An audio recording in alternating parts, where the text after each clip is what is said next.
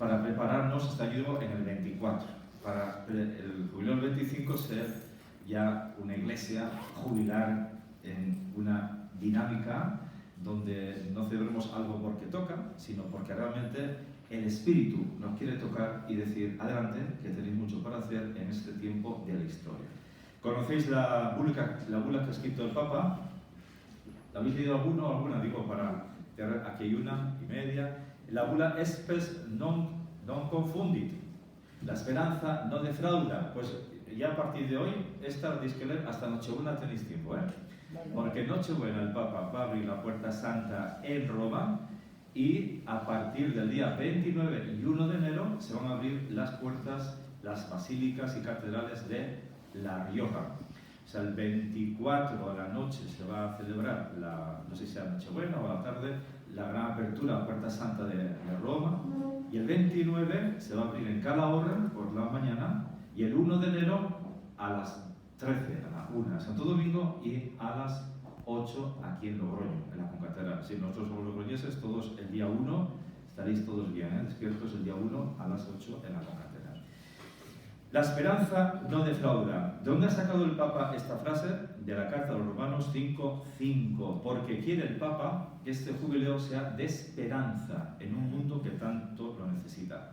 ¿Os acordáis que hubo otro jubileo anterior a este, verdad? Extraordinario, que fue el de la misericordia.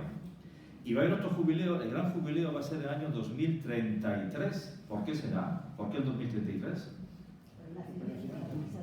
El nacimiento, no, ya tiene 33 años. La muerte, la Pascua del Señor, jubileo extraordinarísimo de la Pascua del Señor Jesucristo. Estaremos todos vivos, estamos aquí, ¿eh?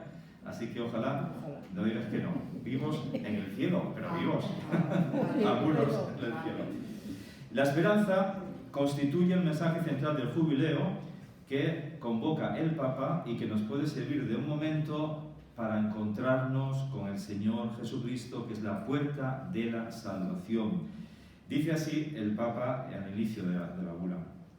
Todos los seres humanos esperamos en el corazón de todos la vida la esperanza como deseo y expectativa del bien, aún ignorando lo que traerá consigo el mañana. Muy importante, todos creyentes, no creyentes, porque sabéis que hay creyentes que creemos en Dios y en el Hijo de Dios, y hay creyentes que creen en los ídolos, pero todos creen en algo, ¿eh? Nosotros creemos en el Dios que pone en nosotros el deseo de bien y de buscarle a Él como sumo bien. Sin embargo, hay una cosa que es muy imprevisible, que es el futuro de la historia, que nos hace tener sentimientos a menudo contrapuestos. ¿Quién no tiene miedo al futuro? Estamos aquí. ¿Tenéis miedo al futuro? El otro día, en una catequesis de adultos, con chavales de 20 a 30 años que están viniendo para confirmación o bautismo de adultos, vienen unos 30, los jueves, a las 8 de la tarde, y imaginaros un joven que está sin confirmar o sin bautizar, ¿no? Con qué calidad espiritual viene. Pues me asombra cómo cuando plantea el tema del sentido de la vida, tú ves cuál es el sentido de la vida, el propósito de tu vida, dijeron casi todos, no me lo quiero ni plantear. Por el futuro que nos espera. No me lo quiero ni plantear. Yo vivo al día, al carpe diem, dije, gran error, porque eso ya es vivir sin esperanza. Por eso, el jubileo nos va a encontrar en nosotros mismos con cierto desánimo ante el futuro y con escepticismo a veces y pesimismo en lo que a veces nos sobreviene en este mundo que estamos ahora viviendo, de tantas luchas intestinas y tantas guerras. Por eso, ¿qué dice el Papa que sea este jubileo? Ocasión para reavivar la esperanza, encontrando en la palabra de Dios la gran esperanza. Voy a leer las frases donde el Papa ha dicho que este año el jubileo sea un jubileo realmente centrado en la palabra de Dios de la carta a los romanos. Voy a leer el texto que el Papa ha dicho que tengamos como en el frontispicio de las puertas santas. Dice así: justificados entonces por la fe, estamos en paz con Dios por medio de nuestro Señor Jesucristo. Por Él hemos alcanzado, mediante la fe, la gracia en la que estamos afianzados, y por Él nos gloriamos en la esperanza de la gloria de Dios. Y la esperanza no quedará defraudada, porque el amor de Dios ha sido derramado en nuestros corazones por el Espíritu Santo que nos ha sido dado. Ya que decimos palabra de Dios, te alabamos, Señor, ¿verdad? En las misas. Esto que dice San Pablo es un texto donde la carta marca un paso decisivo en el inicio de la Iglesia. La Iglesia de Roma no lo fundó San Pablo, ¿verdad? Es Pedro. Es Pedro. ¿Y por qué escribe Pablo a Pedro? ¿Y por qué escribe esto Pablo a la comunidad de Roma, a los romanos, esa carta tan preciosa? Porque él sabe muy bien que después de entrar en la parte oriental, evangelizando la parte más de Asia, con las islas, con todo lo que él estuvo haciendo de la primera inversión del mundo griego, lo que quiere es entrar en el poder del Imperio Romano, en el mismísimo centro del poder. Qué curioso, ¿verdad? Porque sabe que ahí es donde más difícil va a ser que haya cristianos. Es más fácil hacer cristianos en una sociedad donde nunca se habla de Dios que una sociedad donde sí se ha hablado del Dios de los ídolos paganos. Muy difícil lo tenían, tan difícil como nosotros. Pero no les pasó nada, no les pasó nada, porque San Pablo, con San Pedro también, ya el primero de los apóstoles, es el que entra allí. ¿Por qué? Porque fijaros que, curioso, ¿no? La expansión de la fe de forma crucial va a estar siempre entre Jerusalén, donde se da la muerte y resurrección de Jesucristo, y Roma, donde allí comienza Pedro, la piedra de la iglesia, a decirnos: ánimo, todos juntitos, en comunión con Pedro, la iglesia unida, para no perder la esperanza de que Jesucristo siempre nos va a salvar de la misma manera. Jesucristo en Jerusalén es crucificado y resucitado, los cristianos en Roma son martirizados y glorificados. Así comienza la iglesia. Cuando te pase algo, que tú sufras en la cruz, en la resurrección, que tú sufras una parte de dolor, una parte de gloria, que tú estés en Jerusalén o que estés en tu Roma, ahora estamos aquí en nuestro Logroño, esta es la Roma de este siglo XXI, siempre Cristo te va a dar esperanza, pero no te va a evitar ni la cruz ni la resurrección, porque si te evita una o te evita otra, te está engañando, porque no te va a dar esperanza. Si siempre vas a pensar que vas a estar bien, y bien es igual a qué bien estoy, qué esperanza tengo en que mi vida va a ser siempre así, te vas a hundir. Si vas a estar siempre en la cruz diciendo que mal estoy así, que pesimismo siempre en la cruz, aquí no tiene nada de remedio, siempre va a estar así. Pero es que nuestro Señor es el crucificado resucitado. Nunca hay que hablar de Cristo crucificado, nunca hay que hablar de Cristo resucitado, hay que hablar del crucificado resucitado. Es unido, esa es nuestra esperanza. Se ha celebrado en el mes de noviembre el 26 Congreso Católico de Vida Pública, organizado por la Asociación de Propagandistas y Fundación San Pablo CEU. Os suena, ¿verdad? Siempre hay un congreso muy interesante, por cierto, que no nos tenemos que perder. Este año, precisamente, han titulado así este congreso: Quo Vadis, pensar y actuar en tiempos de incertidumbre. Y se remiten a esa escena de San Pedro, cuando salía por las puertas de la ciudad, que se encuentra con el Señor que iba a Roma. Y le dice: Pedro, ¿a dónde vas? Y responde: voy a Roma para ser crucificado. Responde Jesús. Quo vadis. Puede seguir esta ponencia final. Vamos a intentar conseguir el texto, me parece extraordinaria, porque el gran filósofo que hizo la ponencia final de este congreso, Fabrice Haddak, es un converso judío al catolicismo, un gran profesor de filosofía en Francia, y tiene libros preciosos, sobre todo sobre el reto de vivir el cristianismo hoy. Pues este gran converso, en la ponencia donde resumía todo lo que era el congreso de Quo Vadis, a dónde va esta sociedad, a dónde vas tú, él decía: el título de este congreso implica una interpelación personal. ¿A dónde vas? No a dónde va el mundo, dado que con esta pregunta, que puede ser muy espectacular, se puede simplemente uno contentarse con lamentar a dónde va el mundo. Pues que va, pues muy mal va el mundo. ¿A dónde vas tú? ¿A dónde vas tú con tu libertad? Responde a esa pregunta con una respuesta. Y dice Fabrice Haddak: la cuestión esencial es saber a dónde se dirige Cristo hoy e ir tras él. Cuando te pregunten, ¿a dónde vas? Tú tienes que decirle, a dónde va Cristo, yo con Él. ¿A dónde va tu vida? A dónde va Cristo con su iglesia y yo con ella. ¿A dónde vas con lo que estás haciendo ahora en tu vida? ¿A dónde vas con lo que estás pensando? ¿A dónde vas con lo que ahora estás pensando ahora mismo? Mientras yo te hablo, lo que vas a hacer dentro de un instante. ¿A dónde vas con todo eso? Nunca dejes que tu mente te diga dónde quiere ir para que tú le sigas. No, tú pregúntale a Cristo, Señor, ¿a dónde vas? Y te va a decir, a Roma, a ser crucificado, contigo. El reto, dice Fabrice Halal, es un gran desafío, ¿eh? El reto de dar esperanza hoy a este tiempo, desde la iglesia, desde Cristo, vamos con Él, siempre con Él. Dice, es un duelo y cuestión de vida o muerte. Y puso un ejemplo que me causó una gran conmoción y que creo, pues lo quiero compartir con vosotros, que es una clave muy interesante para saber acertar en cómo los cristianos tenemos que vivir y ser seres de esperanza. Habló de David contra Goliat. Goliat reta a los ejércitos de Israel. Como aquí somos todos gente católica, no voy a contar toda la historia, pero sabéis que cuando va a dirimir la batalla, exclama diciendo Goliat, dadme un hombre para luchar cuerpo a cuerpo. Él pidió un hombre.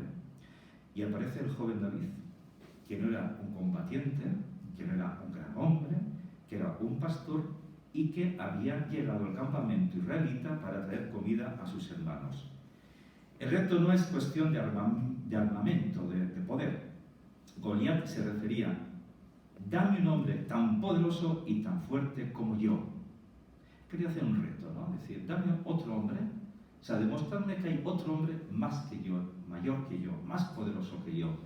Vamos a luchar. Y el que gane, ese vence. Ese es el que va a salvar el mundo. ¿Tenéis a un Goliat en la cabeza ya? ¿Pensando? ¿Tenéis a un Goliat? Vale. Es importante, vamos a ir pensando en los Goliat de este mundo, ¿no? Por el contrario, David es un hombre que solo cuenta con el poder de lo eterno. Esta expresión me gustó mucho, el poder de lo eterno, no el poder temporal. Vamos a distinguir, el poder de lo eterno es un poder. Tenemos un poder, no sé si sois conscientes, tenemos un poder espiritual tremendo. Desde el bautismo, desde la confirmación, el Espíritu Santo es tu poder y puede más que todo el poder de este mundo, más que el poder de Goliat, de los Goliat de este mundo. Como sabéis, el fin de la historia, David vence a Goliat. Pero la lucha fratricida entre los clanes familiares no cesa del todo, ya que el gran mal sigue avanzando en el corazón de las personas y hay un mal que es mucho más fuerte, que es el mal que hay dentro del corazón. El verdadero combate se juega en el campo interior de cada persona. Ese es el combate. Cualquier problema, cualquier desesperanza, cualquier incertidumbre, todo tipo de guerras, las que se están librando en Tierra Santa, la que se está librando en Rusia y Ucrania, la que se está librando en Nigeria, la que se libra en la India en pequeños conflictos intestinales, todas estas batallas, y la batalla de tu casa. Igual tienes una batalla en tu casa, igual tienes una batalla a una persona muy cercana a ti o muy lejana a ti, que la tienes enquistada esta batalla. Es un David contra un Goliat. Y ojo, porque de ahí, de esas chispas, aparecen después momentos muy de incertidumbre que tú ya no puedes frenar. Tú no puedes frenar. En consecuencia, entonces, se preguntaba este gran filósofo, nos preguntamos seriamente, ¿el reto de hoy consiste en ir apagando los fuegos de las batallas ideológicas y culturales en este nuevo tiempo? ¿O el reto simplemente consiste en vivir? Vivir. Cuando dice una persona que ha sido un batallador ideológico, claro, me hace pensar, ¿no? Para dar esperanza a este mundo, ¿por dónde tenemos que los cristianos concentrarnos para atinar bien en la jugada?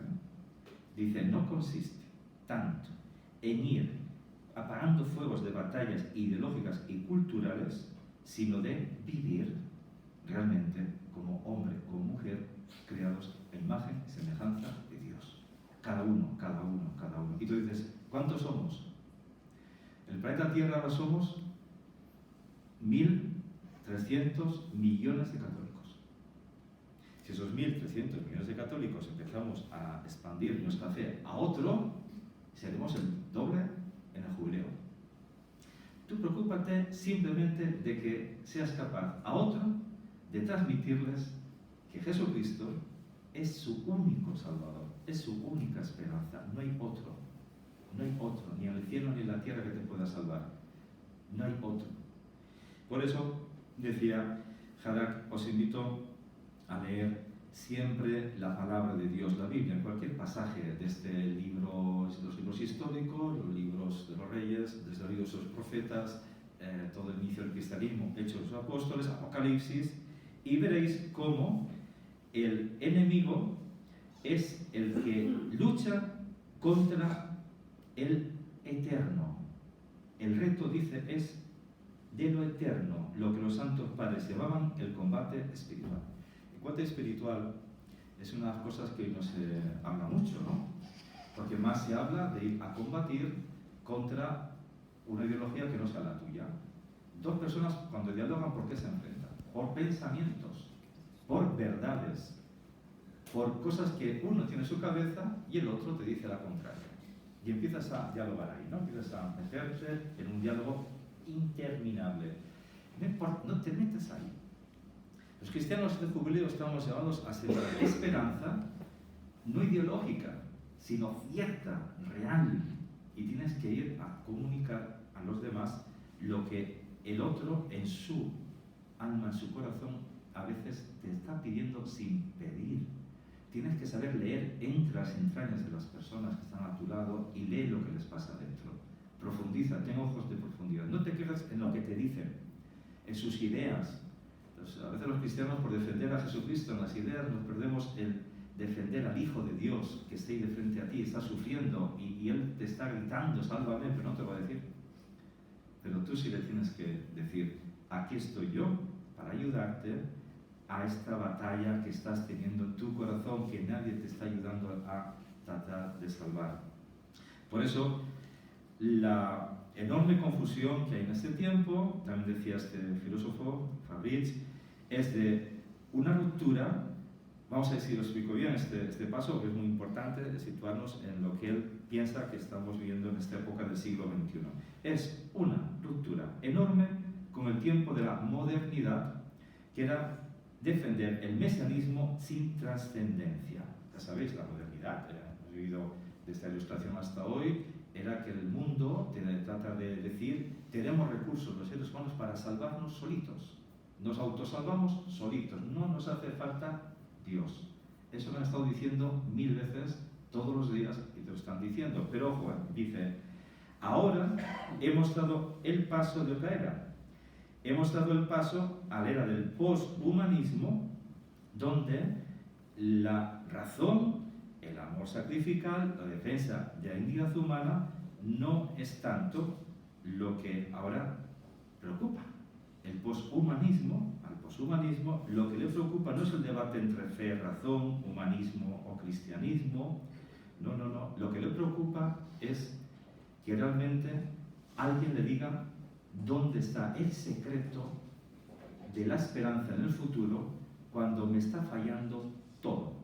Me falla la familia porque fallan vínculos familiares. Me fallan los amigos porque no hay vínculos de leal amistad.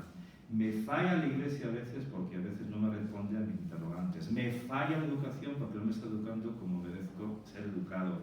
Me fallan los vínculos espirituales porque nadie me está tratando de llevar a Dios. Y esa persona que está en el poshumanismo, lo que le está pasando es que dice, ¿qué es ser humano? ¿Qué es ser persona? ¿Qué hace falta para que yo pueda ser persona? Entonces, ¿qué pasa aquí? El poshumanismo, que no tenemos que entrar al tema razón, fe, esos temas que a veces debatimos tanto, no, hay que entrar al tema de decir, mira, te voy a presentar al hombre nuevo, así, a Jesucristo. Te lo presento. Tú no lo conoces, has oído hablar de vidas de Él, tú no sabes más que 4 cositas de Él, y os sorprendería lo que hoy en día la gente piensa de Jesucristo, ¿eh? Es una cosa que podéis hablar, en vez de hablar tanto de cuestiones existenciales y trascendentales, hablar de Jesucristo, a ver si la gente le conoce o no. Así como estamos en el poshumanismo, también estamos en un poscristianismo en el que a Jesucristo se le conoce, pero deficientemente. Es un Cristo que si lo conocieran, os asombraríais lo que hoy en día Jesucristo podría cambiar la vida de muchas personas, pero importantísimo esto, en el jubileo 2025, que muchos, por nosotros, la Iglesia, vuelvan a conocer de verdad a Jesucristo. No demos por hecho que la gente lo conoce. Sabe un poquito de su historia, sabe un poquito de sus imágenes, sabe un poquito de las iglesias, pero no sabe la verdad, la novedad de Jesucristo. Por eso, hoy hace falta que en esta dicotomía de la historia que estamos viviendo entre pesimismo y optimismo, nosotros propongamos el sentido al ser humano que solamente puede ser salvado desde la misericordia divina. El ser humano solamente es salvado por alguien que realmente tiene en su poder la misericordia, esta palabra tan interesante. Sabéis que la misericordia se divide en dos: miseri, cordere. Pasas el cordero al principio, es poner el corazón en la miseria del ser humano. ¿Quién hizo esto? Jesucristo y su rica misericordia. Qué importante. Por eso, queridos hermanos, jubileo muy importante también va a ser más misericordiosos. Tener misericordia entre nosotros, comprensión, afabilidad, humildad, ser personas de perdón, ser personas de reconciliación, de unir los contrarios. Muy importante que vayamos al Dios de la misericordia y que nosotros seamos personas que transmitamos misericordia. Por eso, Dios, en momentos de incertidumbre, como estamos viviendo en este siglo, siempre pone el camino vertical dentro del horizonte, a veces ennegrecido, de la historia. Esta imagen bonita, tú ves el horizonte. A veces no ves, os he hecho la primera pregunta: ¿cómo veis el mundo de hoy? ¿No? ¿Es con futuro, sin futuro? ¿Tú ves el horizonte un poco oscuro? Jesucristo, cuanto más noche oscura hay en la historia, enseguida abre un camino vertical. Ya no es el camino del horizontal, Vamos a ser todos buenos, vamos a ser todos, pues eso, personas que no matamos unos con nosotros, valores.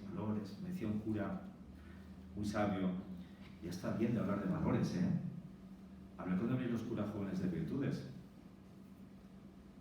que es la virtud, el acto que uno va adquiriendo de forma natural después de hacer durante mucho tiempo en tu vida muchos valores, pero un valor constantemente repetido hasta que se hace virtud, se hace fuerza, ¿no? Es la fuerza de las personas que no quieren tener la fuerza de Goliat. No hay que dejarse seducir por el Goliat de nuestro tiempo ni luchar con sus armas. Cuanto mayor y más poderoso parezca que es el Goliat moderno, porque hay muchos Goliat modernos. ¿Acordáis que os he dicho que tenéis uno en la mente? ¿Lo tenéis todavía? Pues ese, no os preocupéis, que un día también va a caer. No os dejéis seducir por el poder de los Goliat modernos de este mundo, sino dejaros seducir por los hombres y mujeres sencillos que encarna la sencillez de la plenitud humana que rezuma la huella de Dios. Desde el momento en que el aborto aparece como un derecho, toda mujer que acepte llevar en su vida, en su vientre, en su ser un nuevo niño, va a ser Santa Juana de Arco.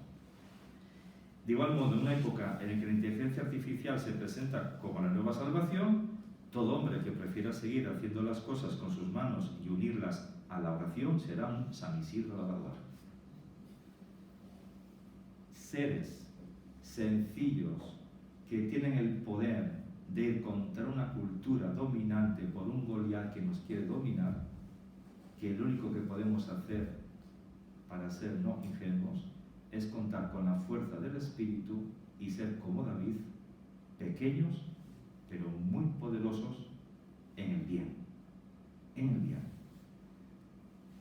El otro día, hablando con una persona que me trajo de Venezuela con 2 niños y llorando de nada y que después de pasar por muchas instancias sociales no encontraba un sitio para poder vivir con paz y estaba desesperada, llorando. Una persona con los niños de 7 y 5 años, imaginaros, ¿no? ¿Qué hacemos?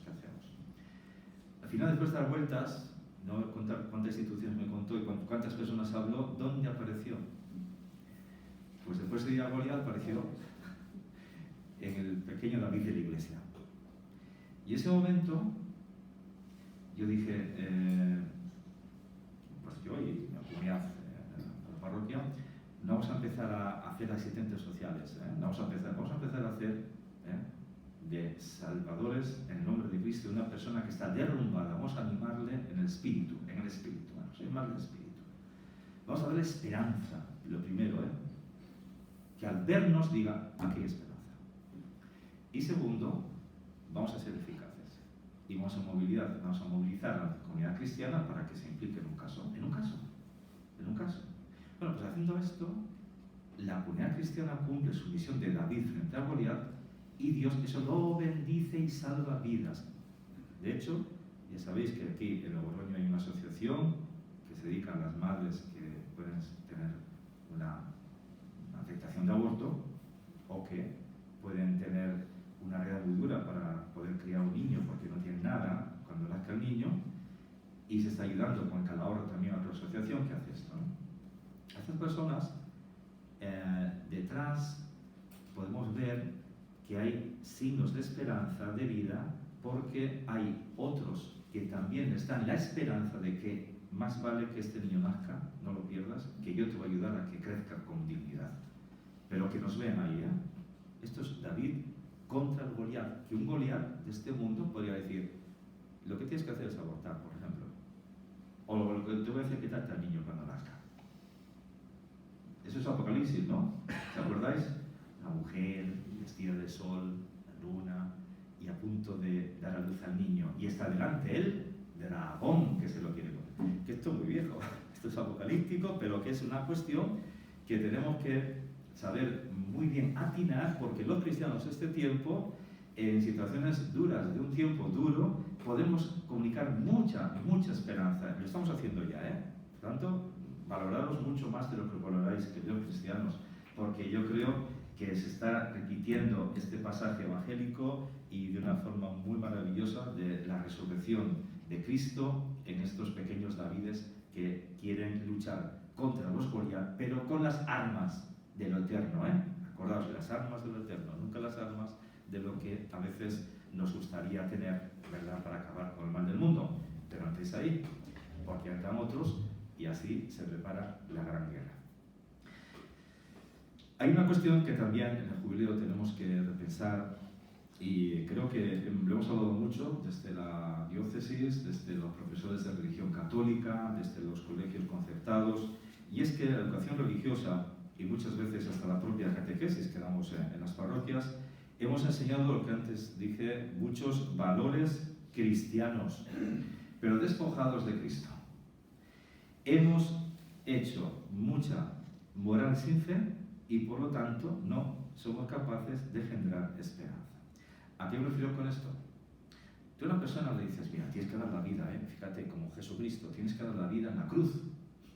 Y tienes que ser una persona que realmente te entierres como semilla y así nazcas a una nueva vida y hagas nacer a otro, a la asistencia de esperanza nueva. Y tú tienes que ser una persona abnegada y entregar tu vida a Cristo totalmente y conságrate a Él. Hemos hecho una serie de difusión de valores cristianos, pero sin Cristo. Es más importante que la gente descubra y conozca a Jesucristo y le siga que hacerle vivir como Cristo sin Cristo. No sé si me explico. Que no vayamos forzando procesos de conversión cristiana, que seamos pacientes, muy pacientes. Lo importante es que sigan a Cristo y ya Cristo les hará volver a nacer en ellos a una vida totalmente nueva, donde su vida realmente sea reflejo del hombre nuevo que nace en ese ser que se encuentra con Cristo.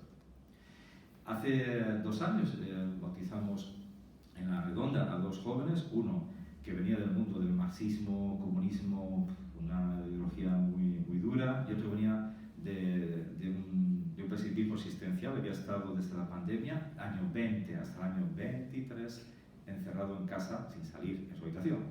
O sea, un caso tremendo. Imaginaros, uno desde el punto de vista ideológico, otro desde el punto de vista existencial, los dos destruidos, ¿no? Y de repente, por un camino o por otro, descubren que invitamos a que conozcan el camino de la fe, que hay un catecumenado bautismal y que estamos abiertos a ayudarles. Y vienen, y hablando con nosotros, les invitamos a empezar un camino de conversión cristiana. El día de la vigilia, donde recibieron el bautismo, la confirmación y la Eucaristía, no veáis la cara radiante que los dos tenían. Y yo vi las caras que tenían antes, ¿eh? Era impresionante. Y yo decía, qué envidia, qué envidia. Poder vivir ahora el volver a nacer con 30 años de una forma tan existencial. Qué envidia, decía yo, de verdad, yo en el momento del bautismo, la confirmación, y decía, Señor, regálame esta experiencia una vez también, que necesitamos volver a renacer de vez en cuando en el espíritu. Y al día siguiente les pregunté a los dos por WhatsApp, ¿qué tal? ¿Cómo sentís? Y los dos, no es que estaban juntos, cada uno había su vida, dijeron a la vez, hemos sentido una alegría indescriptible, nada semejante a las alegrías que hasta ahora habíamos conocido en este mundo. La alegría, la alegría. La alegría quiere decir, estoy donde tengo que estar, soy quien tengo que ser, tengo esperanza. Pues otro casito más, para el día de darles a conocer a Jesucristo, nunca decirles, tienes que cambiar de vida, es un desastre, es que tú no puedes seguir así, es un egoísta, un materialista. No, tú diles, ya, Jesucristo te irá haciendo ver cómo puedes ser una persona mucho más plena y mucho más feliz. Por eso, en este momento, en la catequesis, en la clase de religión, con vuestros hijos o vuestros nietos, intentad no hacer tanto humanismo cristiano sin Cristo, sino más Cristo, que les enseñe el verdadero humanismo. De ahí la urgencia de recuperar la fe, no en el Jesús de Nazaret. Ya sabéis que ha habido muchas cristologías que son erróneas. Cristologías, formas de expresar a Jesucristo que son totalmente antropocéntricas. Se ha centrado en el hombre histórico, que es Él, ¿no? No, Jesucristo no es Jesús de Nazaret, es Jesús de Nazaret. Es Jesús de Nazaret, efectivamente, pero es el Cristo también de la fe. Es el Dios hecho hombre que trabajaba con manos de hombre, que era el que también cuidaba de la madre y cuidaba también del padre, era el que estaba en él, empezando a vivir de una normalidad impresionante el gran misterio de Dios con nosotros.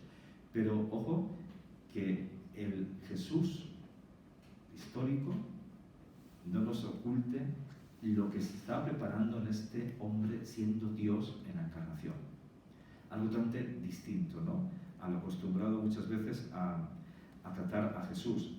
Me acuerdo cuando era más joven, yo digo esto porque llevo viviendo con los años la perspectiva de una iglesia que en mis 54 años pues he visto ya cosas que nos han hecho evolucionar, gracias a Dios, para centrar muy bien el por qué no hay tantos cristianos iniciados que sigan a Cristo, porque a veces no hemos anunciado al Cristo total. Decía Taylor de Chardin siempre esta expresión, ¿no? El Cristo total.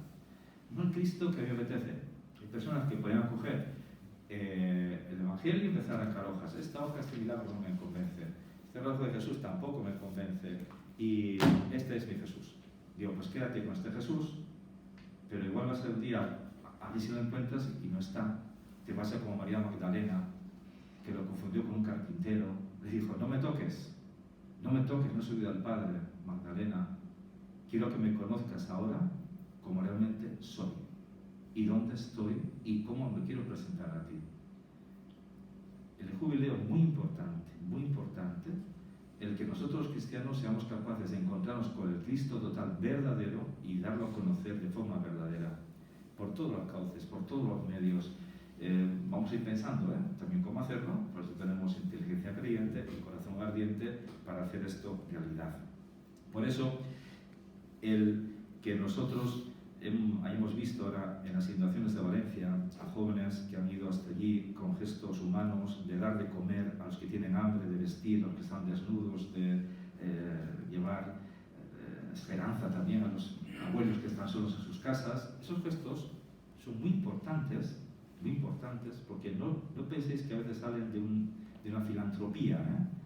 Es que el ser humano tiene alma, lo quiera o no, y cuando azota la naturaleza a nivel naturaleza o a nivel humano, el alma empieza a vibrar en la bondad de Dios y ahí empieza intuitivamente a querer salvar a otro porque tú estás también queriendo ser salvado.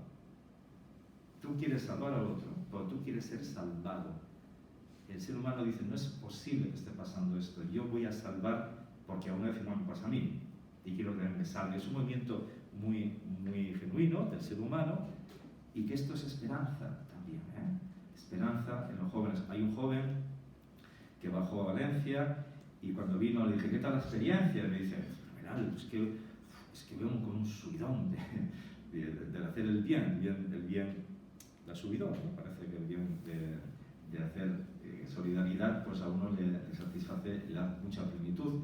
Pero me dijo, pero qué pena, porque va a pasar como con el COVID, ¿eh? Cuando acabó el COVID ya parece que toda esta masa solidaria ¡pum!, se evaporó. Y dijo, pero qué buena labor podéis hacer los que ya estéis organizados, como Cáritas, grupos parroquiales, con grupos organizados en los territorios, de forma permanente, porque esos son los que nunca tienen que faltar. Nosotros somos un aluvión temporal, vosotros nunca tenéis que faltar. Y lo ha reconocido, que la Iglesia hace gestos de esperanza permanentes, haya dana o no haya dana. Eso es muy importante en el jubileo, recuperarlo de forma muy serena. En la bula del Papa Francisco, que os he presentado, habla de signos de esperanza que tenemos que empezar a tratar de suscitar aquí en La Rioja, y como somos parroquias de Logroño, todos los que estamos aquí, vamos a ver si es posible que hagamos algo de verdad. A mí, cuando hablan de signos, gestos, no creéis que me convence mucho, ¿eh? Hacer gestos, vamos a hacer un gesto. Hacemos un gesto para la galería, ¿no? Vamos a hacer un gesto en la iglesia de que estamos en jubileo. No vayamos por ahí, porque entonces estamos todo el día haciendo el espectáculo de lo cristiano, ¿no? El cristianismo no es un espectáculo, es algo muy serio, ¿no? Pero el Papa dice que el primer signo de esperanza que tenemos que dar es la paz para el mundo sumergido en la tragedia de la guerra. La humanidad desmemoriada de los dramas del siglo pasado, siglo XX, las guerras mundiales, está sometida de nuevo en muchas poblaciones a la brutalidad de la violencia. Y dice, ¿qué más les queda a estos pobres pueblos que no hayan sufrido ya? ¿Qué más les queda para que los Goliat paren de matar y que los jóvenes que están muriendo en los campos de batalla, que no quieren morir precisamente matando a otro, se usen para hacer estrategias de paz?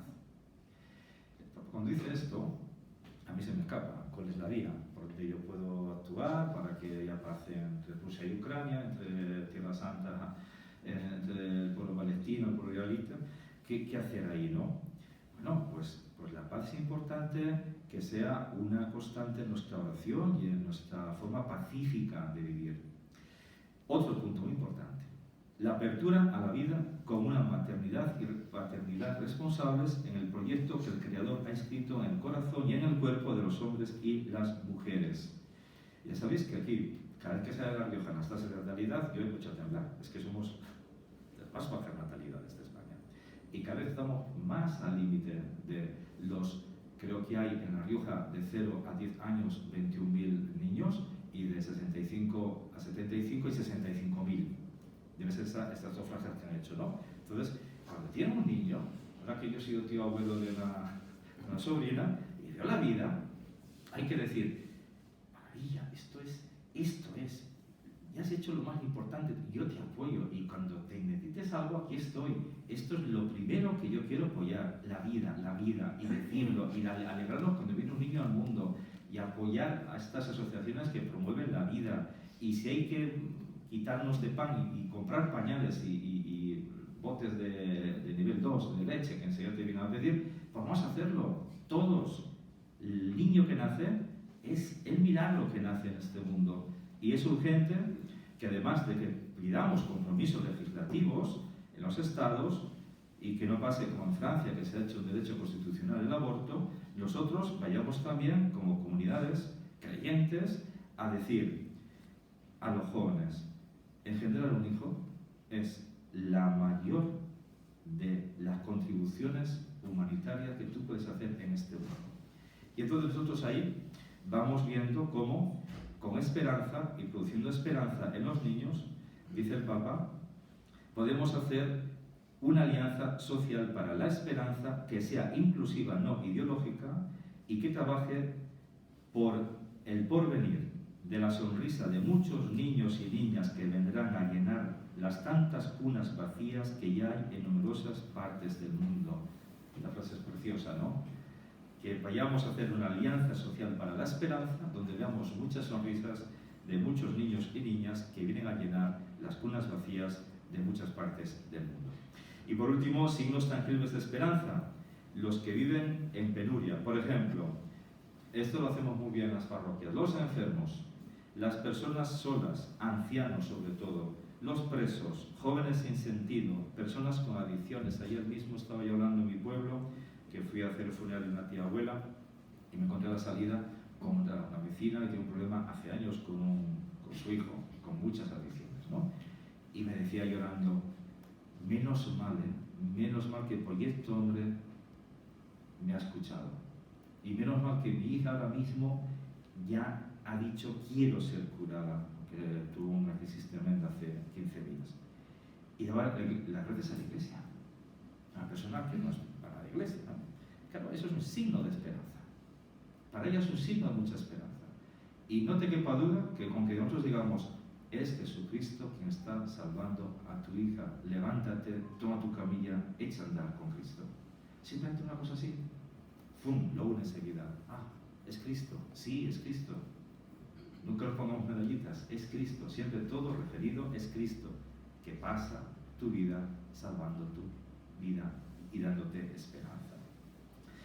Vamos a hacer sobre todo una apuesta muy grande este año en la Iglesia de España sobre la trata de personas. Ya sabéis que la trata de personas, hay muchas tratas de personas, son las tratas de personas en el mundo de la prostitución, en el mundo de los trabajos ilegales y, por poner ejemplo, en el mundo de los que veis con los patinetes y bicicletas que van por la ciudad repartiendo con empresas, no voy a citar ninguna, paquetería o comida.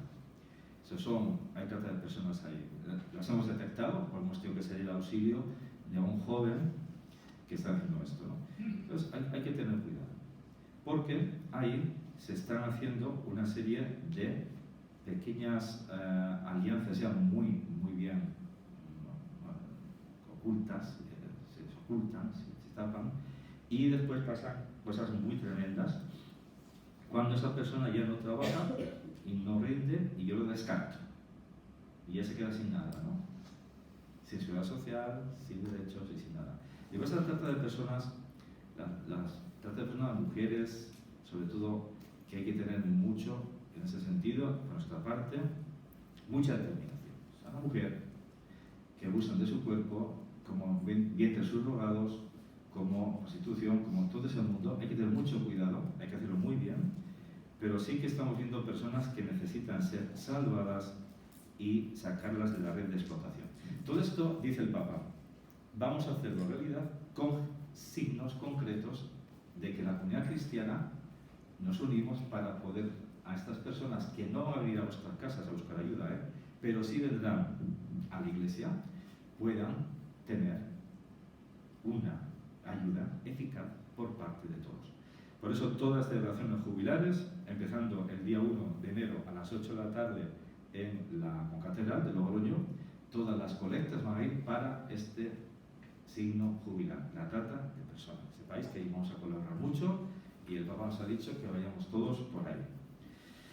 Bien, y todo esto diréis, el jubileo del año 25 porque toca el año 25, tenemos que hacer tantas cosas para que seamos felices en el Señor, pues no es todo para el año 25.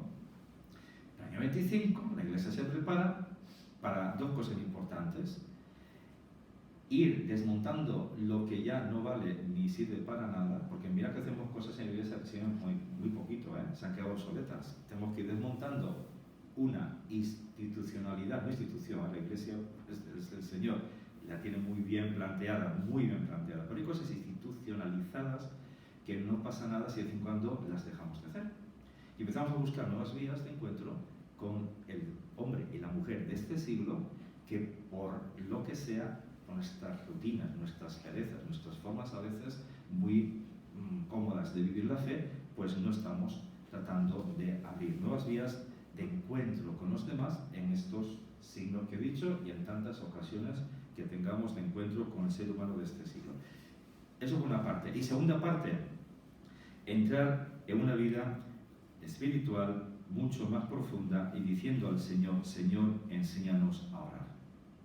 Que hay muchos que estáis en la oración perpetua, y os felicito porque hacéis en la retaguardia de la Iglesia una labor silenciosa, ese David orante frente a un Goliat que no ora. Pues tenemos que decir: tú no rezas, yo rezo; tú no adoras, yo adoro; tú no crees en la fuerza del Espíritu, yo sí creo, y aquí estoy. Pero en la Biblia, si leemos la Biblia, todo lo que dice la Biblia sobre el tema de la oración afirma claramente la necesidad de la verdadera oración, porque hasta el mismo Jesucristo, sabéis que rezaba, ¿no? Hasta el mismo Jesucristo. Y Jesucristo era el Hijo de Dios, era Dios. Un sacerdote amigo mío hizo la tesis sobre la fe de Jesucristo en Dios, que era Dios. Y bueno, se metió en una especie de espiral del tío, ¿dónde te has metido? ¿Dónde te has metido? Pero efectivamente, al final me convenció que hasta Jesucristo tenía que tener fe siendo Dios, en Dios su Padre, y en Dios su Padre que le envió para no fallar a su Padre, no porque no supiera lo que tenía que hacer, sino porque el Padre le revelaba en cada momento lo que tenía que hacer. Una cosa es que tú tengas muy claro lo que tienes que hacer, otra cosa es que tengas que hacerlo, o no. Tenemos que decir al Señor: Señor, enséñanos a orar como tú orabas a tu Padre Dios.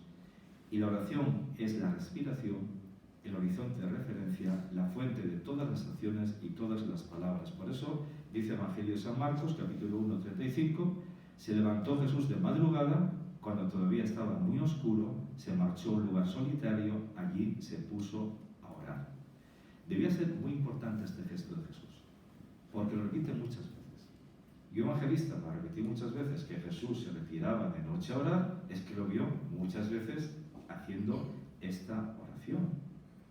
¿No teníamos que hacer nosotros lo mismo cada discípulo? ¿No debería ser cada discípulo el que mire con los ojos del Maestro, que su corazón tenga el latido del Maestro, que su vida inspire la nuestra?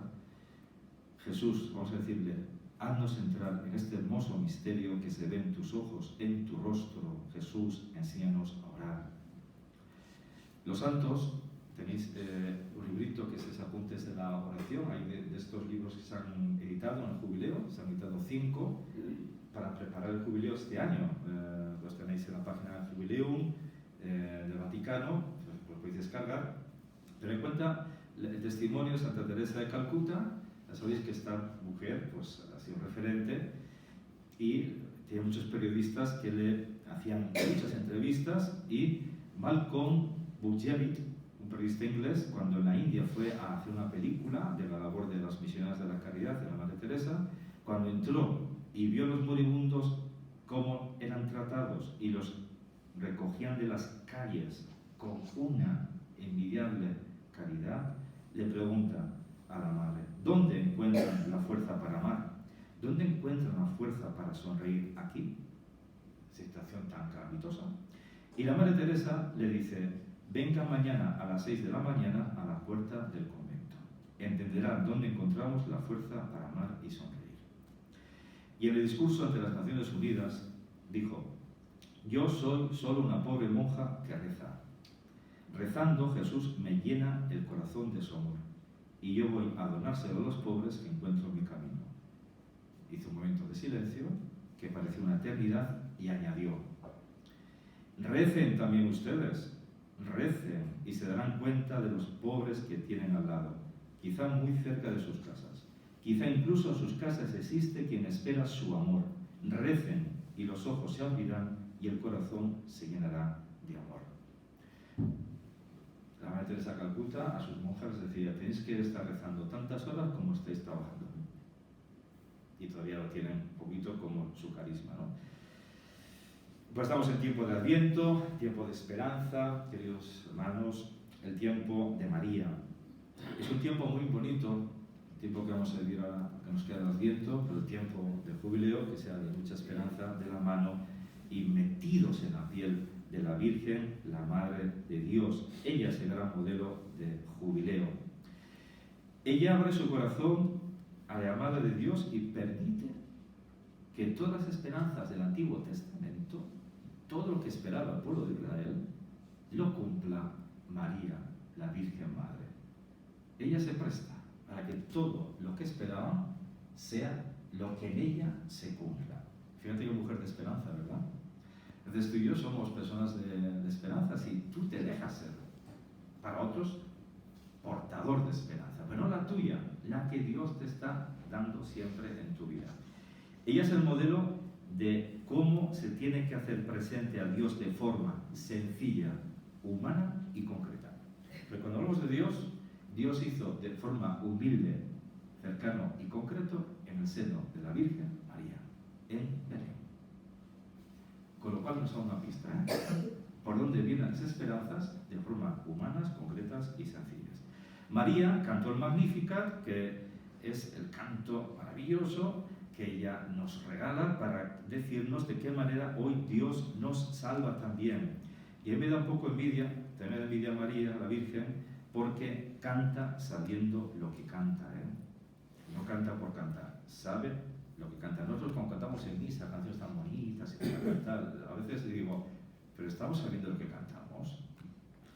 Porque está cantando la Virgen María el Magníficat, está narrando su vida y su experiencia con Dios.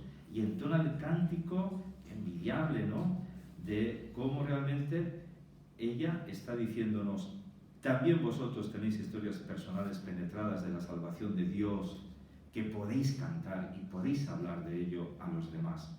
Toda nuestra historia, la historia personal que estamos aquí, te voy a decir, todos los que estamos aquí, tenemos una historia de un trabajo artesanal de Dios que con mucho mimo, nos ha ido modelando, desbrozando muchas veces el camino, superando resistencias y ayudándonos a llegar a ser lo que somos. No por nuestros propios méritos, ninguno. Por los méritos del Dios de Jesucristo que nos ha hecho llegar a ser lo que somos hoy. Por eso tenemos que tener un poquito más de autoestima. Bueno, hay dos cosas que me gustan en el correo cristiano, la autoestima y el optimismo, porque nosotros hablamos de plenitud de gracia y esperanza, pero como también a veces entre las filas de nuestros cristianos está la estima baja, porque nos estimemos porque el Señor está muy detrás de nosotros todos los días. O deja que se pierda, ¿os acordáis del Evangelio de ayer? O déjala por ella. Y no te preocupes, que como vaya por ti el Señor, no te escapas.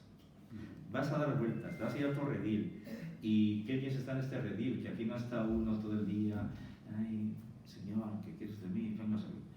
Y parece que estás más libre en otros rediles sin tantas compuertas.